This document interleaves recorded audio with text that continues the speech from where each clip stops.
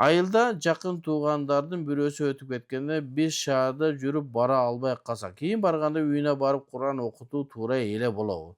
Эми негизи шариятыбызда э, көңүл айтуу 3 эле күн. 3 күнгө чейин көңүл айтасың, 3 күндөн кийин болду.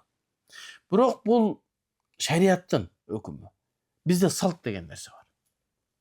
Салтыбызда эгерде бирөө жакындарың же айылдаштарың бул дүйнөдөн өтүп кеткенден кийин анын үйүнө барып Куран окубасаң айып эсептелет. Андан дагы эгер намаз окуган адамдар барбай отурган болсо андан да жаман капа болот. Себеби намаз окуп жүргөн адам келип Куран окуп койгон жок дейт.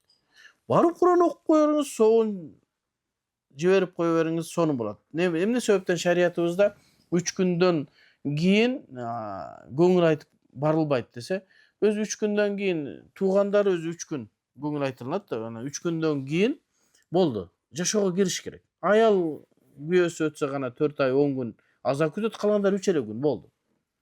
Бизде жана көк кийип 1 жыл жүргөндөр бар, жок шариятта жок нерселер. Жөн эле адамдарды кыйнабаш керек. Эми ошону эмне себептен 3 күн десе болду. 3 күндөн кийин эми унутуп баштаганда кайрааны эскертип, жарасын тырмап, барып дагы көңүл айтпай эле кой дейт, болду. Шарияттын көз карашында. Бирок салтты дагы көңүл бурушубуз керек.